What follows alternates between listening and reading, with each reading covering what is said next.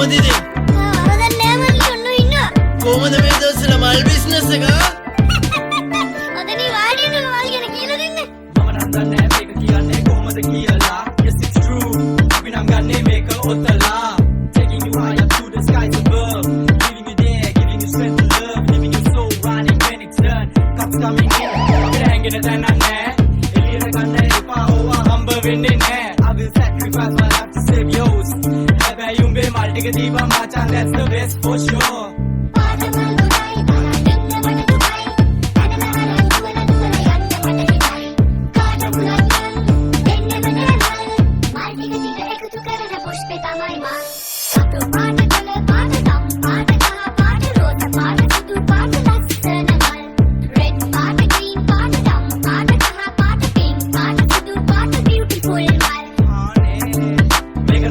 වෙන්න බෑ මෙච්චර ලස්සන මන්නන් අනේ කොහෙවත් දැකලා නෑ අල්ලපු ගෙදර ඇන්ටි මොනවා හිතුවත් කමන්නේ